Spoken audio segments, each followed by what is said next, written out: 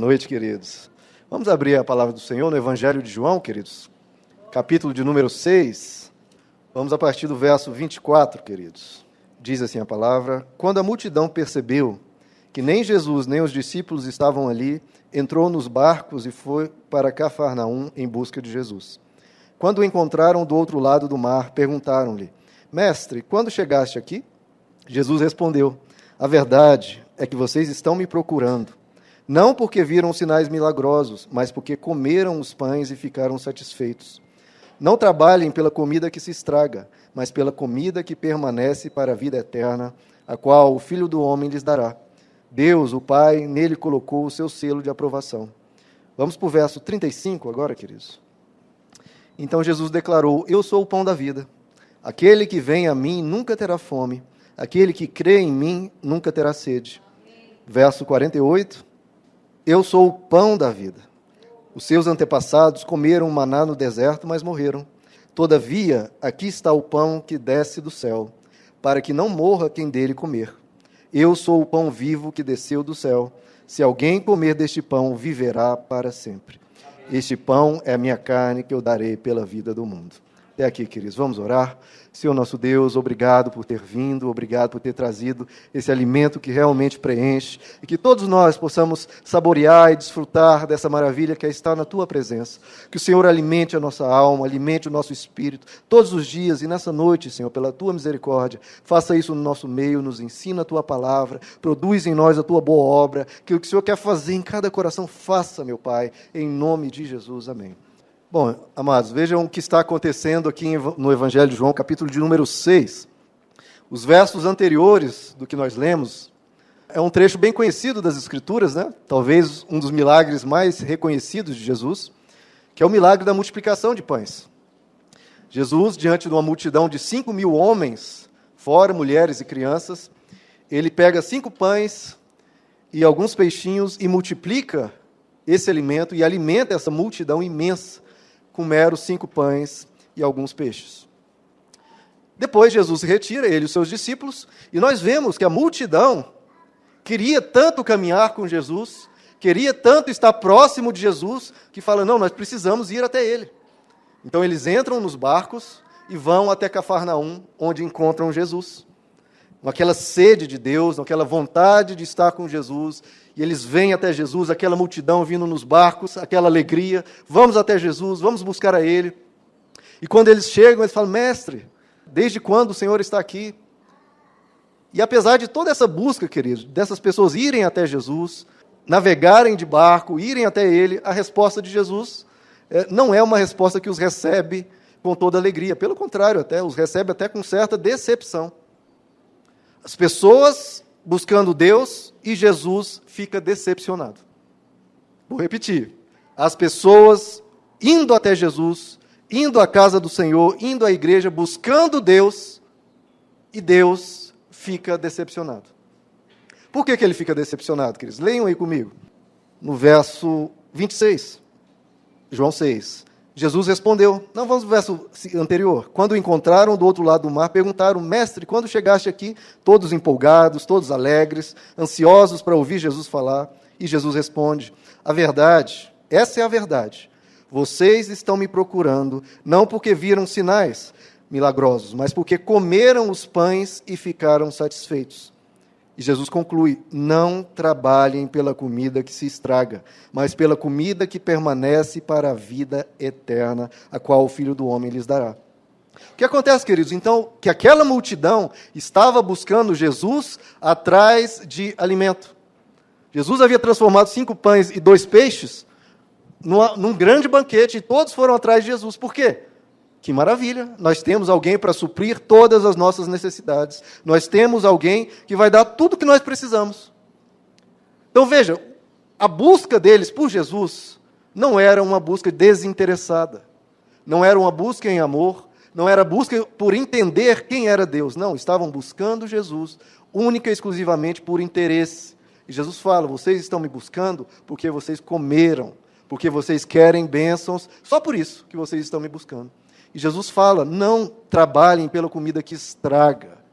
Não trabalhem apenas pela matéria, trabalhem pela comida que produz vida e vida eterna. E depois Jesus faz diversas comparações. Quem come de pão físico, normal, como os pais comeram lá no deserto, quando receberam o maná, todos eles morreram. Agora, quem come do pão que Deus enviou, que desceu do céu, esse recebe a vida eterna. É simples assim, queridos. Isso é cristianismo.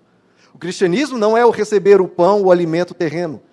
Deus abençoa e Deus cuida, mas principalmente receber o pão que nos dá vida de verdade e nos dá vida eterna. Ele é o pão vivo que desceu do céu. Queridos, a mensagem de hoje é uma continuação de duas anteriores que eu venho pregado. Vou recordar aqui rapidamente. A primeira eu falei que, quando Jesus diz, né, se você buscar salvar a sua vida, você vai perder. Agora, se você perder a sua vida no Evangelho, você vai achar a vida. O que ele queria dizer é que se você chama de vida aquilo que não é vida, ou seja, se você chama de vida busca por riquezas, se você chama de vida meramente a beleza exterior, se você chama de vida as circunstâncias que estão ao teu redor, você vai se sentir vazio, porque isso não é vida. A vida é mais do que isso. A vida não pode ser meramente circunstâncias, nem beleza, nem riqueza. Se você chamar isso de vida, você vai se sentir vazio, vai se sentir deprimido e vai ver que você está correndo atrás de algo que não tem muito sentido.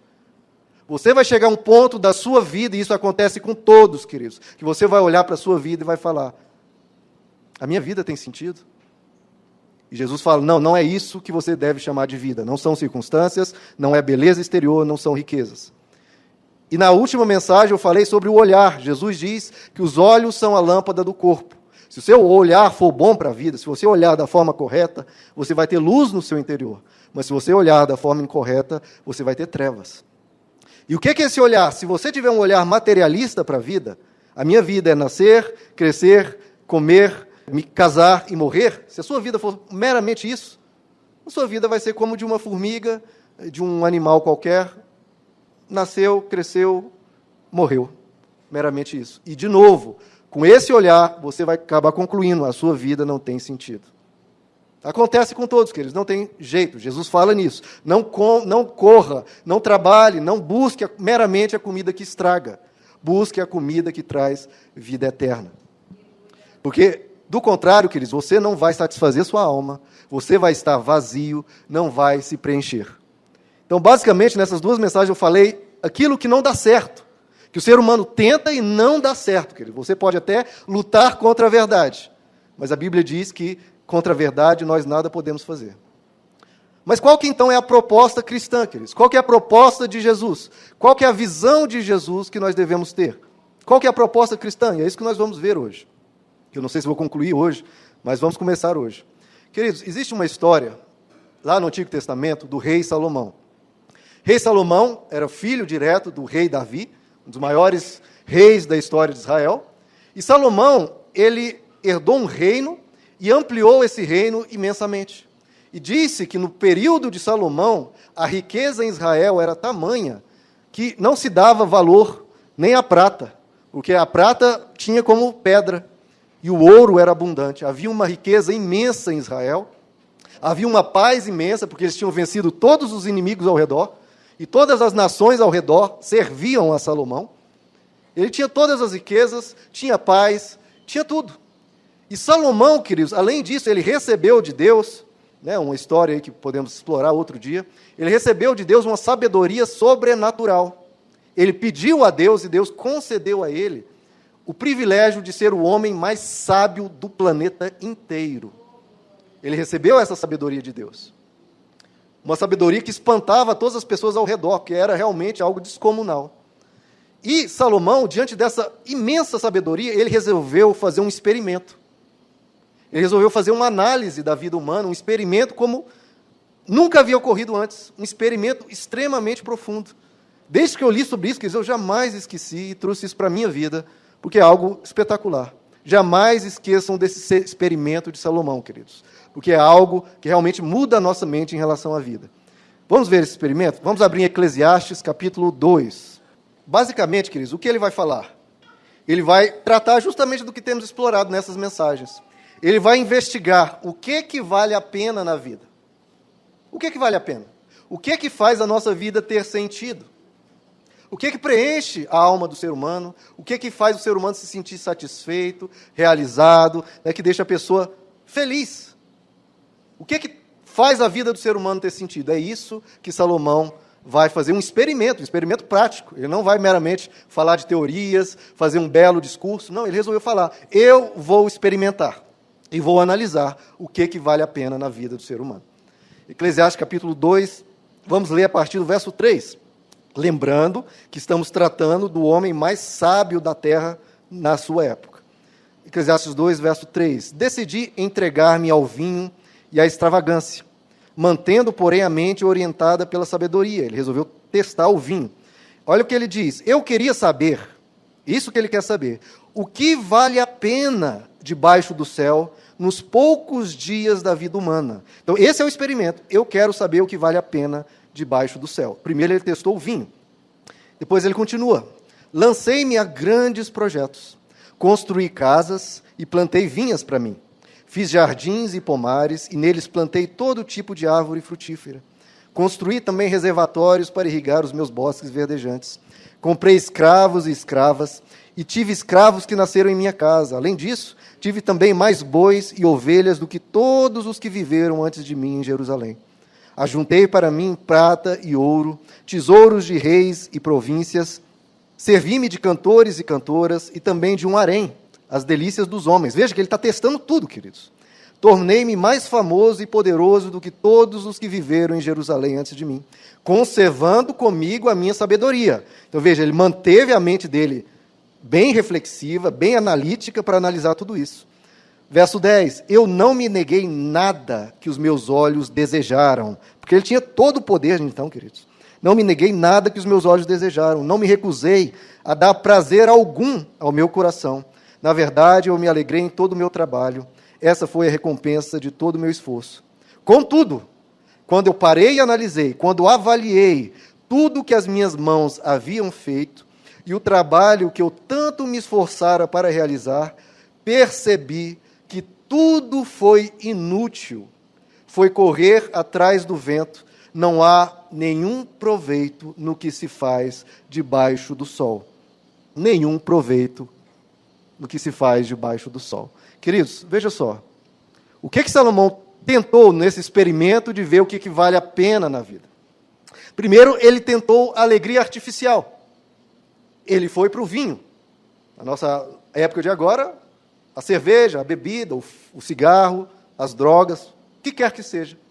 Ele foi para a alegria artificial. Bom, se tem um composto que pode dar uma certa alegria para o coração humano, deixa eu testar se isso vai preencher minha alma. Deixa eu ver se, vivendo dessa forma, eu consigo uma vida plena. E ele conclui, isso foi inútil, isso é passageiro, isso é correr atrás do vento. Não me preencheu. Depois ele tenta realizar grandes projetos. Salomão fez construções espetaculares, construiu uma casa real gigantesca, construiu um templo para Deus. Então ele fez projetos arquitetônicos imensos, ainda mais para a época de então. Fez grandes obras que todo mundo olhava e admirava. Meu Deus, olha essas construções.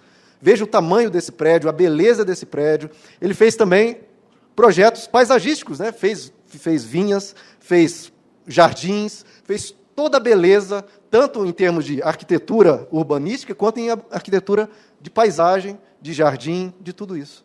Ele conclui também que aquilo não preencheu ele. Ele também tentou o domínio.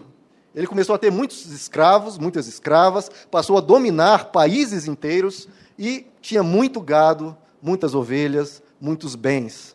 Então ele tinha um domínio tremendo sobre pessoas, sobre animais e sobre países. Veja que nós não estamos falando de um Zé qualquer, minha vida não me satisfez. Mas a pessoa também tem ali um dinheirinho qualquer. Não, estamos falando de uma pessoa extremamente poderosa. Um dos homens mais ricos de toda a história da humanidade, que diz que nem ouro, mal ouro tinha valor para ele. Ele tentou, então, a riqueza, diz que ele tinha ouro, tinha prata, tinha joias, tinha tesouros que ele conquistou das diversas nações que ele dominou. Tinha riquezas que eram incalculáveis, queridos. Isso está escrito, que a riqueza de Salomão, eles tentaram calcular e não conseguiram chegar num número. Tamanha a riqueza de Salomão. Nada disso foi preenchendo ele, então ele foi para a arte. Não, deixa eu ver então se a música vai alegrar o meu coração de tal forma a me preencher. Então, ele junta para si cantores, forma uma grande orquestra, né? Ele compôs inúmeros salmos, e também o cântico, a música também não satisfez Salomão. Ele tenta também a sensualidade, né, queridos, que muitos embarcam nessa. Ele construiu um harém para si. Um harém é um local onde fica ali guardadas as mulheres que vão servir ao rei. Disse que Salomão teve 300 esposas e 700 concubinas. No total, Salomão tinha 1.000 mulheres ao seu dispor. 1.000 mulheres. Então, de novo, era uma pessoa que tinha um poder, queridos, incalculável. 1.000 mulheres ao seu dispor. E apesar de ter tudo isso à disposição dele, ele diz, isso não valeu. Não valia a pena viver se a vida fosse somente isso. Depois ele chega a ter uma fama que se espalhava por toda a terra. Diz que pessoas de regiões longínquas vinham só para conhecer quem era Salomão, para conhecer a sabedoria dele. Era a pessoa mais famosa de sua época, era como se fosse o ator aí da Globo mais conhecido. Pessoa que todo mundo admirava, todo mundo queria estar perto, todo mundo comentava, era o nome que todas as pessoas conheciam, era a pessoa mais admirada, o mais famoso, e isso também não preencheu a vida dele. E ele diz que ele também tinha um poder maior do que todas as pessoas que viveram antes dele. Poder. E acima de todos os que viveram anterior a ele. Porque muitas vezes o ser humano se satisfaz, né? Eu fui maior do que o rei Davi, eu fui maior do que a pessoa Y. Né? Isso faz bem para o ego humano, né? O ego humano gosta dessa exaltação. E ele diz, eu tive mais poder do que todos. Então Salomão, nesse experimento que ele faz, para ver o que na vida vale a pena, o que preenche o coração do ser humano, o que faz o ser humano se sentir realizado, a dizer, a minha vida tem sentido, a minha vida vale a pena, ele testou 8 materialidades. 8. A alegria artificial que tem no vinho, né, nas bebidas, ou em qualquer coisa que altera a mente. Tentou grandes projetos, tanto arquitetônicos quanto paisagísticos, em termos de jardins. Ele tentou o domínio sobre pessoas, sobre animais, sobre nações. Ele tentou a riqueza, ouro, prata, tesouros, uma riqueza que ele podia comprar o que quisesse, queridos. Ele poderia comprar. Ele tentou a música, né, a arte, com cantores, tentou a sensualidade, com harém, com 1.000 mulheres ao seu dispor, tentou a fama, tentou um poder maior do que todos os que já haviam antes dele. 8 coisas, e depois de tudo isso, vejam aí no verso 11, queridos, o que ele conclui desse experimento prático que ele fez, de novo, conservando a sua sabedoria, porque ele estava analisando aquilo. Eclesiastes 2:11, deixem aberto em Eclesiastes, que vamos ler alguns trechos. Contudo, né, apesar de tudo isso que eu tentei, essas 8 materialidades, contudo, quando avaliei tudo o que as minhas mãos haviam feito e o trabalho que eu tanto me esforçara para realizar, eu percebi, queridos, por incrível que pareça, que tudo foi inútil. Foi correr atrás do vento. Não há nenhum proveito no que se faz debaixo do sol. Olha o verso 15. Aí fiquei pensando, o que acontece ao tolo, também me acontecerá. Ou seja, todos nós vamos morrer, tanto o tolo quanto o sábio. Que proveito eu tive em ser sábio? Então eu disse a mim mesmo, isso não faz o menor sentido. O tolo, o bobo, vai morrer como eu, que estudei, que pesquisei, que fui uma pessoa interessada, que trabalhei, me esforcei, etc. Olha o verso 20, tudo isso ele analisando, tudo que ele conquistou, tudo que ele fez. Olha o verso 20, de novo, estamos falando do homem mais sábio do planeta inteiro. Verso 20, cheguei ao ponto de me desesperar por todo o trabalho no qual tanto me esforcei debaixo do sol. Queridos, eu digo e repito, essa é a verdade. Se o ser humano se concentrar apenas no que faz debaixo do sol, como ele diz, vai chegar o momento que você vai se desesperar da sua própria vida. Por isso que tantas pessoas hoje, que têm abandonado a espiritualidade, que têm abandonado Deus, têm abandonado buscar uma vida profunda, tantas pessoas estão caindo em depressões horrorosas. Pessoas que perdem a vontade de viver, não faz sentido a vida. É o que o Salomão disse, ele falou, eu me desesperei da minha vida, porque eu tenho tudo. Eu tenho tudo. E se eu não tivesse, eu tenho dinheiro para comprar. E ainda assim a minha vida continua vazia, ainda assim eu continuo pensando que minha vida não vale a pena, não tem sentido, e eu estou achando tudo inútil. Tudo inútil. Olha o verso 18. Desprezei, olha só, eu desprezei todas as coisas pelas quais eu tanto me esforçara debaixo do sol, porque eu terei de deixá-las para aquele que me suceder. Eu vou morrer, vai ficar tudo para outro. Olha o verso 22. Veja que ele está analisando com profundidade, vendo o que é a vida. Que proveito tem um homem de todo o esforço e de toda a ansiedade com que trabalha debaixo do sol?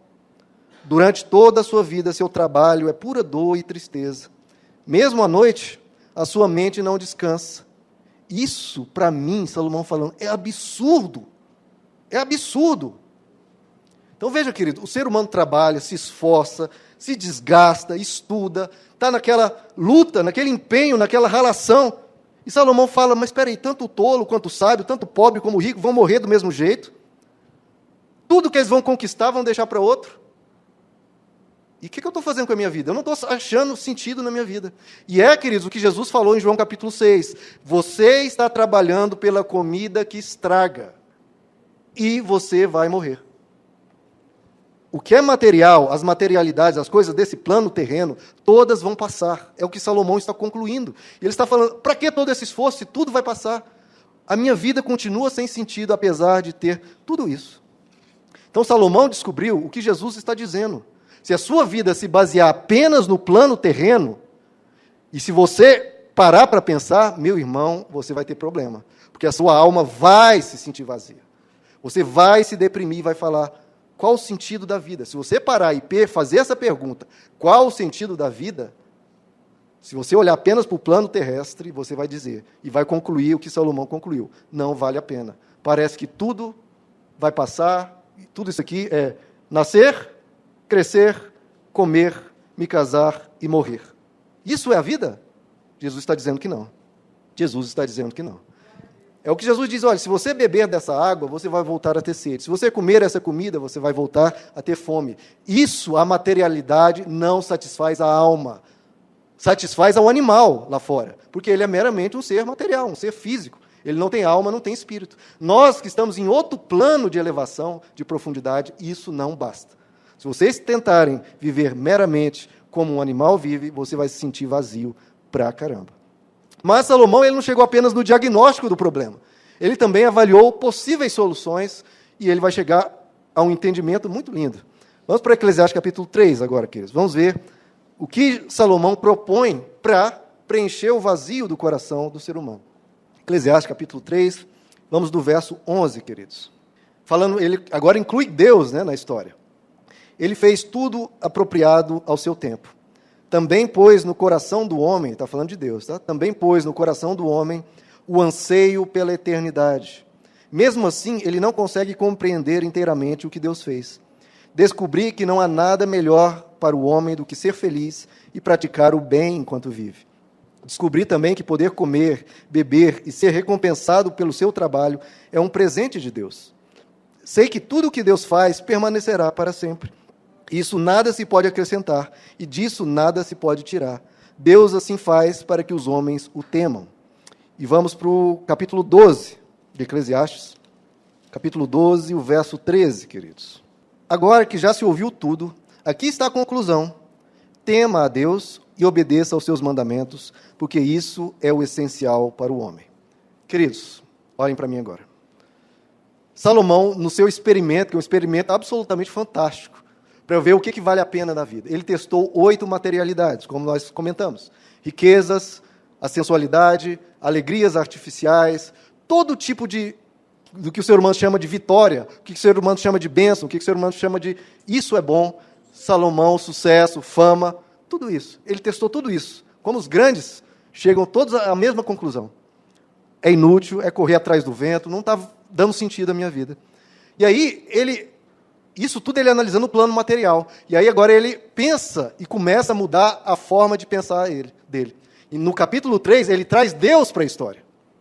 Espera aí, tudo aqui no plano terrestre, tudo aqui nessa vida, está me parecendo muito sem sentido, tudo absurdo, como ele falou, e está até me desesperando. Aí ele traz Deus para a história. Espera aí, primeira coisa que a gente tem que analisar, existe um Deus. E aí ele fala, Deus coloca no coração do ser humano um anseio pela eternidade. Porque o grande problema ali, um dos maiores problemas, era a morte. Ele falou, tudo isso vai passar. né? Eu vou morrer igual um tolo. O tolo morre, eu também, o rico, o pobre, todo morre. Então ele fala, por isso Deus coloca no coração do ser humano um anseio pela eternidade. Então, primeiro ponto, eternidade. Depois ele fala, eu descobri que não há nada melhor do que o homem ser feliz e praticar o bem que vive, enquanto vive.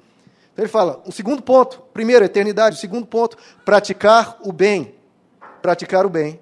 E o terceiro ponto ele diz, eu descobri que comer, beber e ser recompensado pelo seu trabalho é um presente de Deus. É um presente de Deus. Vocês lembram que Salomão estava dizendo, comer, beber, trabalhar, tudo isso é inútil? Tudo isso parece que não preenche a alma, só que ele fala, não, peraí, mas tudo isso é um presente. Tudo isso é algo que Deus está me dando. E ele começa a mudar a mente dele, peraí, eu não tenho que olhar isso meramente como comida, eu tenho que olhar isso como algo que Deus está me dando, como uma alegria, como um privilégio, como uma bênção. E ele depois fala, né, que tudo que Deus faz permanecerá para sempre. Queridos, e depois ele diz, tema a Deus, isso é o essencial para o ser humano. Então, queridos, das 8 coisas materiais que ele tentou e viu que não preenchia o seu coração, agora ele tira o foco do que é material e muda completamente o foco. E agora ele tenta o que é espiritual. Porque o ser humano não é mera matéria. O ser humano é alma, é espírito. E ele testa 5 espiritualidades, e aí ele vê que realmente isso, sim, satisfaz o ser humano. Que é a eternidade, ser feliz, né, concluir que as coisas são presente de Deus, que é a gratidão. Você mudar a sua visão das coisas meramente, é comer, beber, não, gratidão. Terceiro ponto, praticar o bem. São 5 espiritualidades. Quarto, tudo que Deus faz permanecerá. E quinto, temer a Deus, andar com Deus. Veja que nada dessas 5 coisas estavam nas 8 anteriores que ele testou. E essas 5 foram que trouxe a Salomão paz e satisfação. Queridos, lá em Romanos capítulo 12, diz que nós não devemos amoldar a nossa mente ao padrão do mundo. Qual que é o padrão do mundo? As 8 materialidades que Salomão tentou. Não vivam segundo o padrão do mundo, que é correr, achar que a vida só faz sentido se tiver sucesso, se tiver fama, se tiver riqueza, se tiver conquistas amorosas, se tiver alegrias artificiais na bebida, seja o que for. Se você tentar isso, você está moldando a sua mente segundo o padrão do mundo. Mas, o apóstolo Paulo diz, transformem-se pela renovação das vossas mentes, para que sejam capazes de experimentar a boa, perfeita e agradável vontade de Deus. Então, quando você vem para a igreja, queridos, você vem com essa mente, das 8 materialidades, eu vou tentar viver isso. E se você tentar viver isso, você vai correr atrás a vida toda e depois vai concluir, isso não preencheu minha alma. Pelo contrário, trouxe desespero, preocupação, ansiedade, eu ia dormir à noite com a mente cansada, preocupado, porque a minha vida era isso, eu achava que a vida era isso. Não, nós precisamos transformar a nossa mente. E essa mentalidade é tão forte no ser humano, queridos, que o apóstolo Paulo diz, vocês cristãos precisam mudar a sua mente. Você acha que se converteu a Jesus e tudo, e acha que a sua mente já é uma mente de Cristo? Não, você precisa transformar a sua mente, para que você possa experimentar o que é a vontade de Deus. Queridos, mudando a mente é que a gente muda a nossa forma de viver. É por isso que eu estou insistindo nesse tipo de mensagem, que não parece ser algo prático, mas é porque muda a mente, e a partir do momento que muda a mente, automaticamente muda a forma de viver. Porque a gente se torna aquilo que a gente pensa. Nós nos tornamos o que nós pensamos. E para ser como Jesus, para viver como Jesus, é necessário, essencial, fundamental, pensar como Jesus. Dessas 8 materialidades, Jesus desprezou todas. Não correu atrás de nenhuma delas. Você pode analisar a vida de Jesus, do seu nascimento à sua morte. Ele não buscou nenhuma das 8. Agora, das 5 espiritualidades, eternidade, praticar o bem, andar com Deus, ser grato e o amor, tudo isso Jesus viveu. E isso fez Jesus ser Jesus. Então, queridos, na nossa mente existe um combate entre a materialidade e a espiritualidade. O que é material, viver baseado no que é material, e o viver baseado no espiritual. E o que é material não preenche. É uma diferença entre aquilo que você pode quantificar, aquilo que você pode atribuir números. Porque riqueza você pode atribuir números, número de conquistas amorosas você atribui números, projetos arquitetônicos, tudo são números. Agora, a vida espiritual não é baseada em números, é baseada em qualidade. Quantidade versus qualidade. A sua vida se baseia em quantidades, se a sua vida se baseia em quantidades, a sua vida não é conforme Jesus. Se a sua vida se baseia em qualidades espirituais, aí sim você está andando como Jesus. Jesus diz em João capítulo 6, num dos versos que nós não lemos, que o Espírito é o que vivifica. É a vida espiritual, é buscar a espiritualidade, buscar essas 5 espiritualidades que vivifica. E a carne para nada aproveita. E ele diz, as palavras que eu vos tenho dito é Espírito e vida. É por isso, queridos, que é uma insistência no Novo Testamento, talvez diferente do que tem por aí, mas é uma insistência do Novo Testamento. Não fixe os seus olhos naquilo que se vê, porque aquilo que você vê é transitório. Fixe os seus olhos naquilo que você não vê, porque aquilo que você não vê é eterno. Essa é a pregação cristã, queridos. Qualquer coisa diferente disso não é pregação cristã. Não fixe os seus olhos naquilo que se vê, porque o que se vê passa, traz vazio, traz depressão. O que não se vê, que é eterno. Então vamos analisar essas 5 espiritualidades que se fazem presente na vida de Jesus e que Salomão conclui que é isso que preenche o ser humano. A primeira espiritualidade que eu vou trazer, você ser feliz e ser grato. Ele falou, comer, beber, tudo isso não me preenche. Mas quando você muda a mente, enxerga tudo isso como um presente de Deus, como algo que você precisa desfrutar e se alegrar nessas coisas simples da vida, e muda a sua mente de olhar as coisas de forma material e olhar com gratidão as coisas, aí sim a coisa muda de história. Muitos seres humanos, talvez a maioria, vive a sua vida baseada em 3 critérios. Vivem a vida, correm atrás de coisas e lutam para conquistar, baseado em inveja e baseado em comparação. Eu quero ser como tal pessoa. A pessoa se compara com outra. Não, aquela pessoa passou num concurso X, aquela pessoa está rica, aquela pessoa abriu um negócio, e ela começa a correr atrás de alguma coisa por inveja e por comparação. Não porque ela conclui, olha, eu quero fazer tal coisa porque é uma vocação minha, né? É uma alegria do meu coração abrir um negócio de tal forma, abrir um restaurante, ou abrir uma loja, uma boutique. Não, a pessoa vai por inveja. Tal pessoa abriu, tal pessoa deu certo, ela fica se comparando a outra. E vai movendo a sua vida por inveja. O segundo ponto, que muitas vezes escravizam as pessoas, é a obrigação de um sucesso espetacular. Não, eu quero ser uma pessoa bem-sucedida como X ou como Y, no padrão do mundo. Coloca essa obrigação sobre ela própria. E o que ela faz quando coloca essa obrigação? Massacrante, às vezes.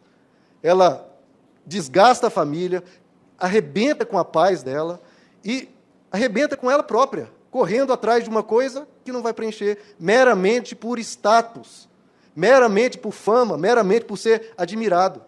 Corre atrás de uma coisa, não, por favor, busquem coisas, busquem crescer, mas cuidado para não arrebentar a família por isso. Cuidado para não acabar com a sua paz na busca disso. Cuidado para não se desgastar e se massacrar em busca disso. Porque vai valer a pena você se desgastar de tal forma? E outra questão é que muitas pessoas se sentem incomodadas, insatisfeitas. Eu vivo numa cidade que é de uma certa forma, eu preciso mudar de cidade para ser feliz. Eu moro num país que tem muita corrupção, muita gente desonesta, eu preciso mudar de país. Ou não, eu fico infeliz com o meu emprego, eu preciso mudar de emprego.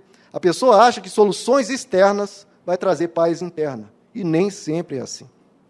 Agora, quando você entende o Evangelho, entende esse experimento de Salomão, você muda a sua mente e começa a enxergar as coisas com gratidão. Com gratidão. Lá em 1 Timóteo capítulo 6, o apóstolo Paulo diz, a piedade com contentamento. Abrem comigo, queridos, 1 Timóteo capítulo 6. O que na visão do Evangelho é a riqueza do ser humano? 1 Timóteo 6, verso 6. De fato, a piedade, a bondade, com contentamento, com alegria, com gratidão, é grande fonte de lucro. Pois nada trouxemos para este mundo e dele nada podemos levar. Veja, ele está falando mesmo que Salomão, a gente não pode levar nada desse mundo. Então, o que é que traz lucro? O que é que traz riqueza para a alma humana? Bondade com gratidão. A Bíblia, o Novo Testamento, fala inúmeras vezes, sejam gratos, porque todas as coisas são criadas por Deus. Então, veja, queridos, o que acontece?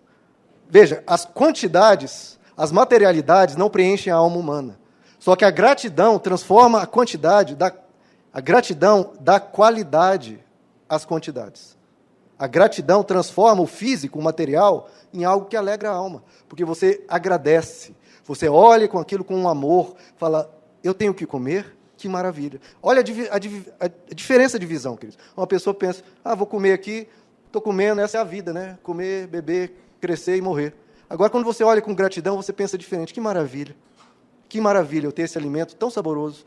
Que maravilha eu ter minha cama para dormir. Que maravilha eu tenho um teto para me deitar. Que maravilha eu ter uma família. Veja, são as mesmas materialidades, mas quando você muda a visão e pensa a olhar as coisas com gratidão, que maravilha eu ter tudo isso para mim, esse conforto, essa alegria, gratidão.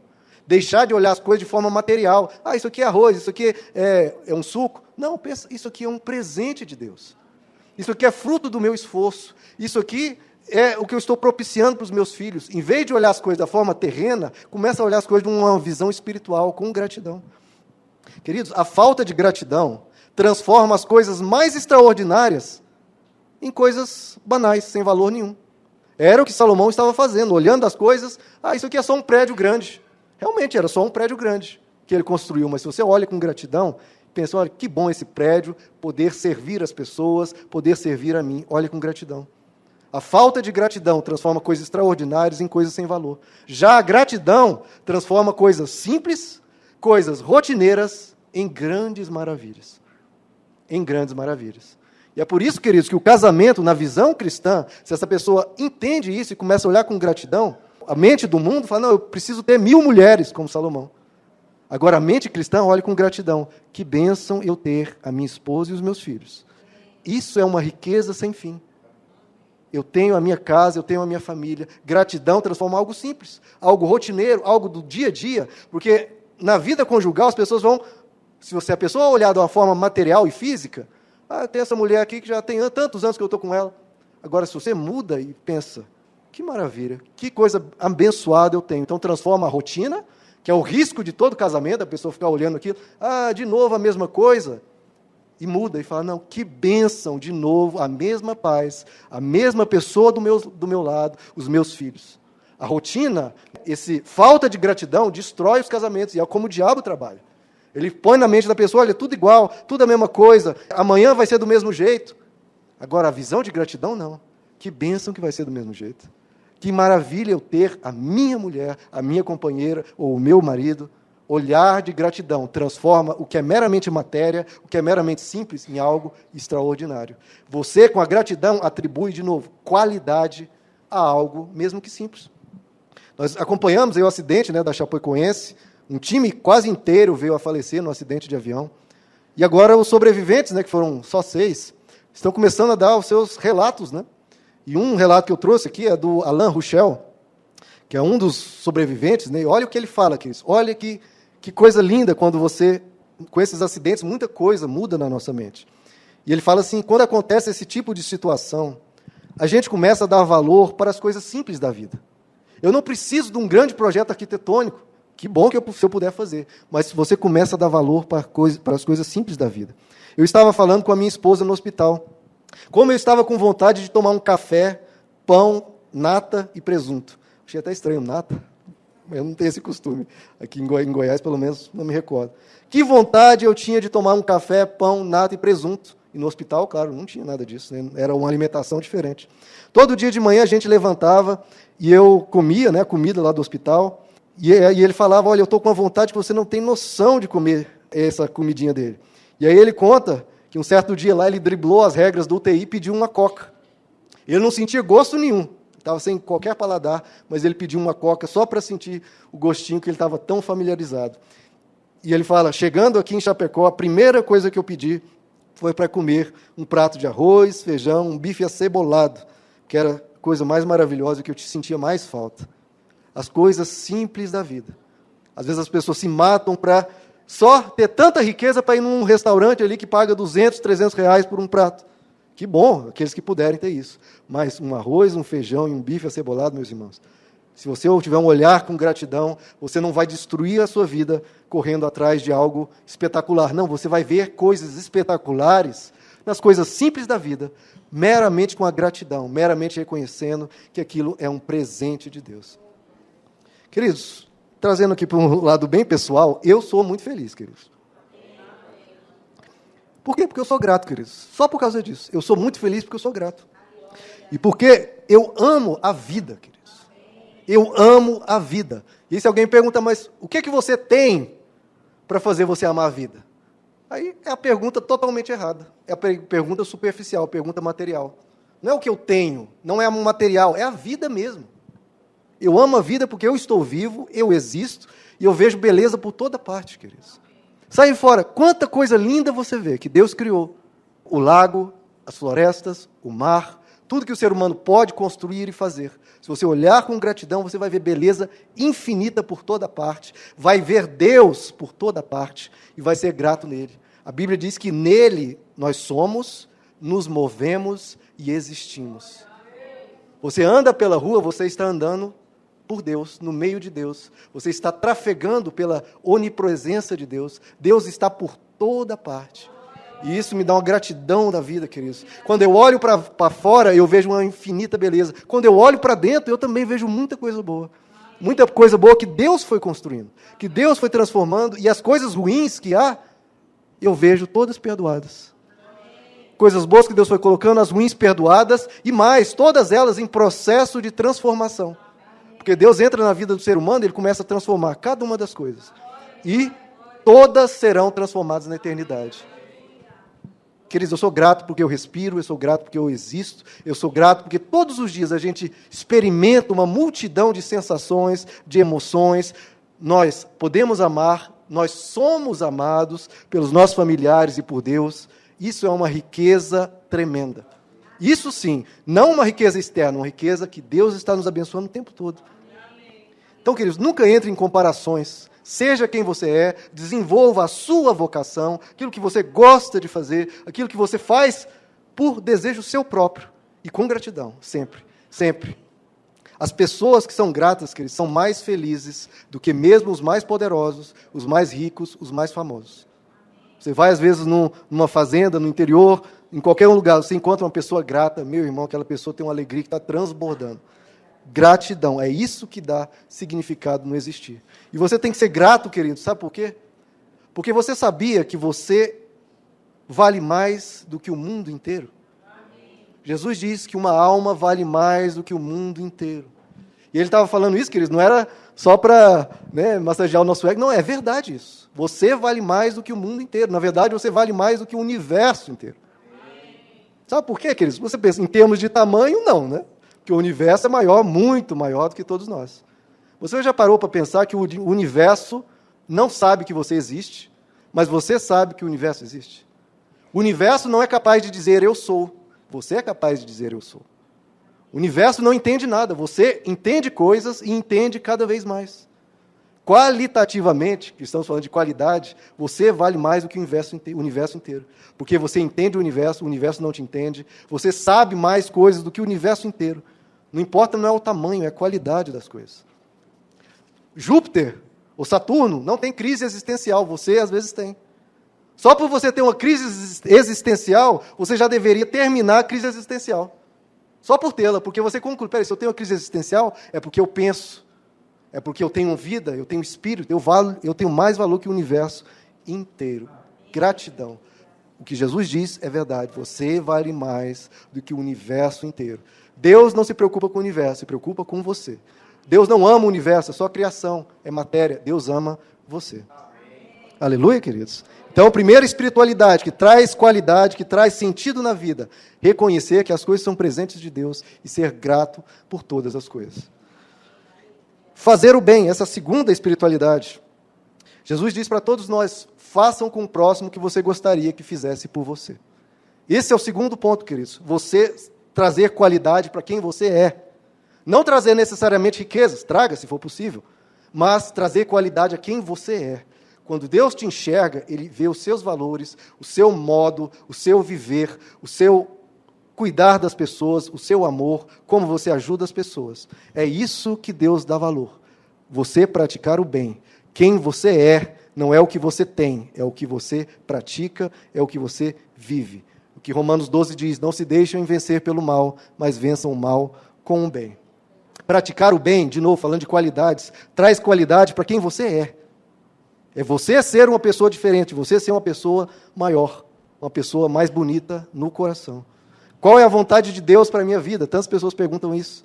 A vontade de Deus para a minha vida é trabalhar no lugar X ou no lugar Y? Não, queridos, não é essa o propósito de Deus. Qual é o propósito de Deus para a minha vida? Meu irmão, o propósito de Deus para a sua vida é o que a Bíblia diz. A vontade de Deus é a sua santificação. Se você trabalha no lugar X ou Y, isso para Deus, meu irmão, sinceramente, não tem muita importância.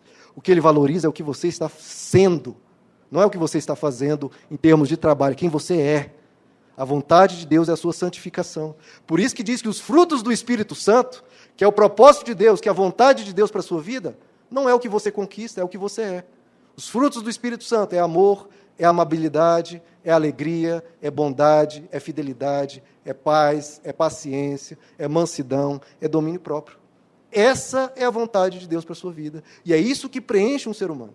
Um ser humano que é amável vai se sentir bem consigo próprio. Um ser humano que é manso, ele vai se sentir bem consigo próprio. Uma pessoa que pratica a bondade, uma pessoa que tem domínio próprio, uma pessoa que pratica a alegria, está sempre grato, isso satisfaz a alma humana. A transformação do nosso coração, queridos, é o que pacifica o nosso ser e é o que traz completude para o ser humano. Meus amados, pelo visto, já deu um belo andar de tempo aí. Vamos ficar de pé? Eu vou ter que concluir as outras espiritualidades na próxima mensagem. Então, queridos, lembrando, e eu insisto isso, mudem a forma de pensar de vocês. Mudem. Porque é isso que o Evangelho quer fazer, mudar. Porque se nós pensássemos da mesma forma, né, qual o sentido do Evangelho? O Evangelho vem mudar. O ser humano natural tenta buscar satisfação para a alma no que é material. Não vai conseguir. Você precisa buscar o que é espiritual, o que traz qualidade para a alma, qualidade para o viver. Gratidão, praticar o bem, buscar a eternidade, a vida eterna, buscar Deus e buscar o amor. Vou falar sobre as demais na próxima vez, mas coloque isso na sua mente, queridos. É isso que faz você ser uma pessoa segundo o coração de Deus. Seja uma pessoa grata.